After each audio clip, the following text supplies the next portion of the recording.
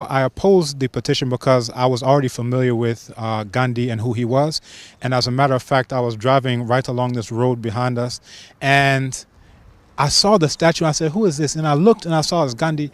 And I said, "People must not know who this man is." And I took some photos and then I sent an email to all staff here at the University of Ghana, along with about 70 of his most racist quotes. Not a few, but like about 77 of his most racist quotes to everyone on campus. Now, the reaction from most people was we had no idea. We saw the movie, we thought this is a great guy. The movie, which was sponsored by the Indian government as a piece of propaganda, but that's a sidebar. But most people had no idea, much less had they researched and read. Now, the complete works of Mahatma Gandhi, or as we prefer, Mohandas Karamchand Gandhi, is out there. Everything that he has ever written is all together in, I want to say, 99 volumes thereabout. So you can go through letters that he's written, so forth and so on, and things that he's written in Hindi, in Gujarati. And this is really the issue, that there were so many people who thought he was so great because they can't read Hindi. They can't read Gujarati. If Dr. Martin Luther King could read it, or Nelson Mandela could read it, or Kwame Nkrumah could read it, they would have had a vastly different picture. But now, for us as researchers, I'm a research coordinator at the Institute of African Studies, Language, Literature, and Drama. So I've read about Gandhi, and my first time hearing about it, a historian, Dr. John Henrik Clark, he said that Mahatma Gandhi was a fraud and a faker. I heard this back in the early 90s, like 92 thereabout. I said, wow, I wonder where he's coming from with this. So I started reading about it. I started reading about the plight of the untouchables. Dr. B.R. Ambedkar, who wrote the book, What Congress and Gandhi Have Done to the Untouchables.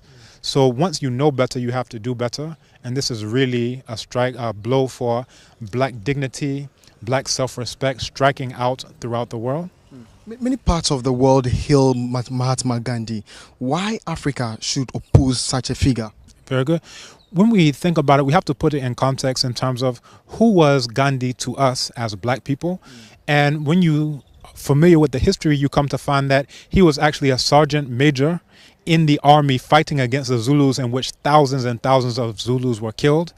And he was also the one who really instituted what we could call institutional apartheid there in South Africa, because he was the one who clamored to make sure that the Indians could have a different office a different entrance into the post office and to the telegraph office there in Durban, South Africa. That he was someone who was a virulent racist. He agitated to get guns so that they could shoot all of the Kaffir blacks, but because the British didn't regard him as high enough as the British, even though he said that we're all coming from the same Indo-Aryan stock, they didn't give him guns. And we're happy, because otherwise he would have been as bad as Colonel Dwyer, who shot down so many Indians.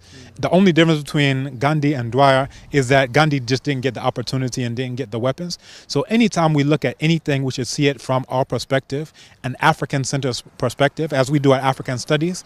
So as African people, what did he do for or against African people? And we can look at not only his words, but his deeds in fighting in wars against the black people. When he went back to India, he fought against the Dalits, who are the black untouchables of India. So these are the things that many people are not aware of, but as soon as you become aware of it, you have to do something different. You have to change your behavior.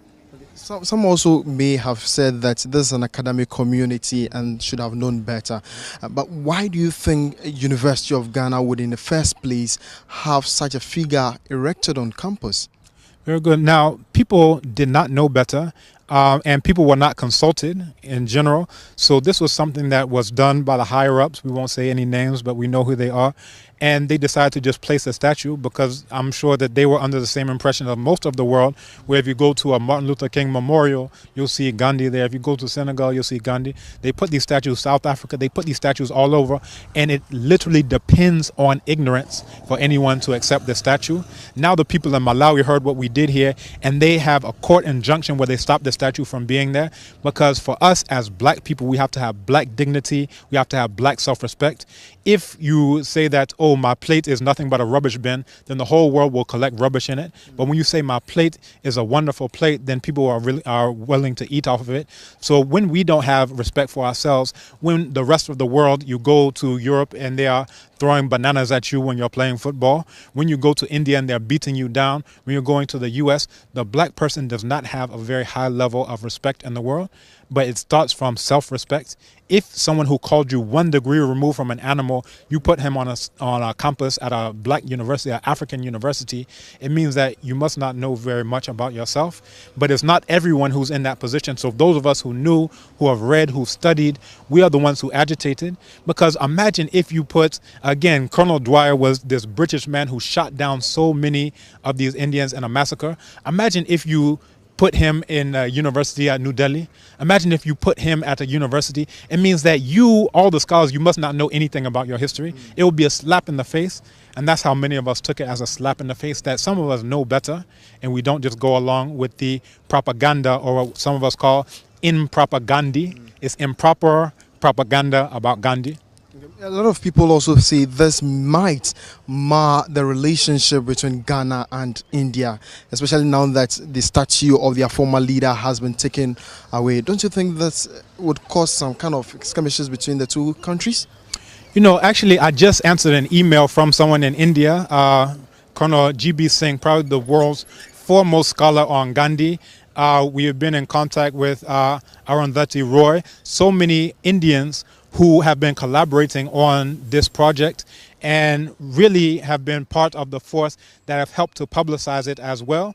Now, what this means is that you have in India, India is not as united as you may think.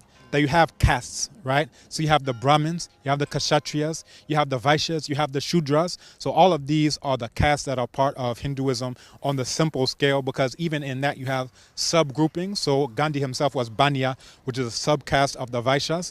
Now, even outside of that, you have the outcasts, you have the Dalits, you have the untouchables, the black untouchables of India, and these are the ones who are downtrodden. So the people of India, there are so many Indian groups, some who have even done videos that are up online supporting us in this, that there are some who have been downtrodden ever since these Indo-Aryans have been crushing them on the basis of they consider themselves to be white, and they know that the indigenous people there are black. And that's part of why when black students like yourself go there to study, they're beaten to death. A man in Congo was beaten to death in broad daylight in India. Why? Because they treat black Africans the same way they treat their indigenous black people there. You understand? And again, Dr. B.R. Ambedkar said that Gandhi was the worst enemy of the untouchable people. So I want you to put these things in perspective. So it's not all of India, it's these upper caste Hindus who have been impressing the black people there in India. So we should not get it marred. So if you have upper caste elites here who are connected to those upper caste white Indo-Aryans, we have to start now questioning these elites. What are you doing, you know, in that relationship with them? Because those of us who are on the ground, the people, we're connected to the black people there in India. We have solidarity with the black people there in India. Okay. So finally, is this the end to the hashtag Gandhi Must Fall movement, especially now that the Ministry of Foreign Affairs has taken over the statue of this individual we are talking about? As I mentioned, in Malawi, they're still fighting. And matter of fact, I got an email from someone from Malawi, Mkotama. He says, we will not relent, you know, congratulations, we will not relent, we will keep the fight.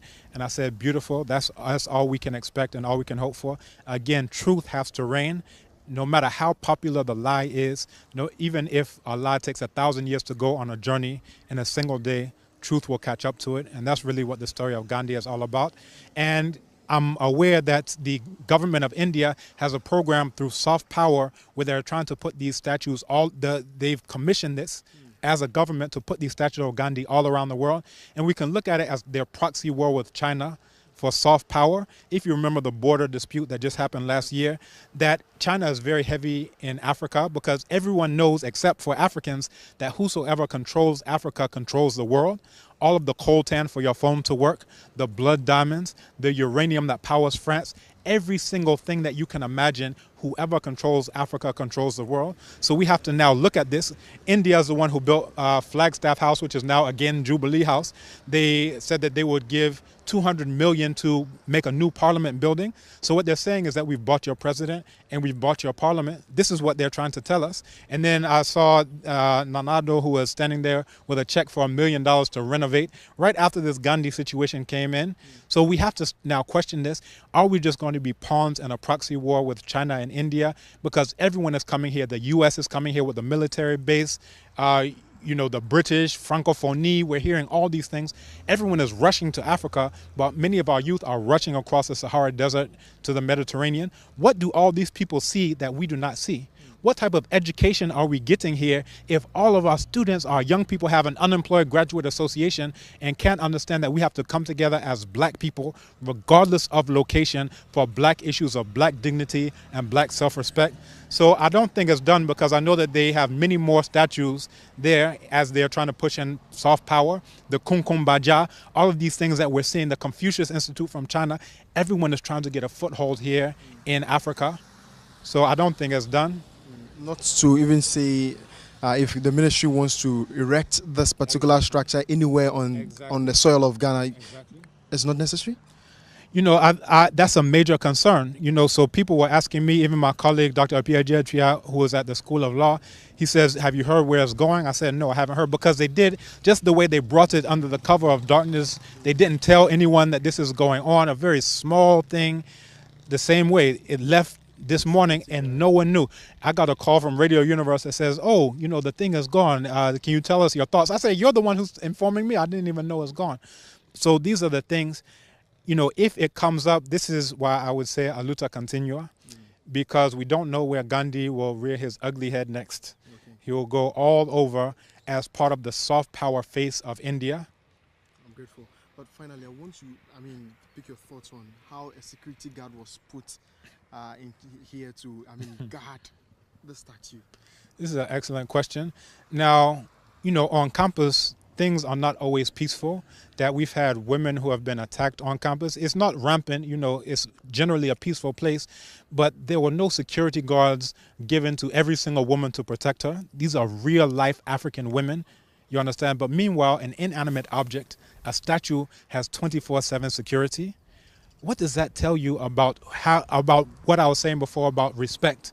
How can anyone in the world respect someone who would do something like that? You don't value your own people, the black people who are the Africans, continental Africans, who are being beaten to death right there in India.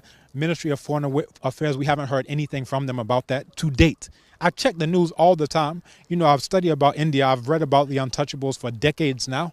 You understand? But I haven't heard anything protesting either the plight of the Dalits, the black untouchables there, or about the African students who are getting beaten every single day because they're getting the same treatment that the indigenous black people are getting there. So I would just say, in short, if I can be short on this issue, I think it's a travesty. You understand that you have 24/7 security on an inanimate object. Meanwhile, the suffering of our black people there in India, there's no security for those African students who are beaten daily, stabbed to death. A man out of Congo who was beaten to death in broad daylight. We don't hear anything about it. Okay, I'm grateful, sir. Thank you, too. All right. Thank you.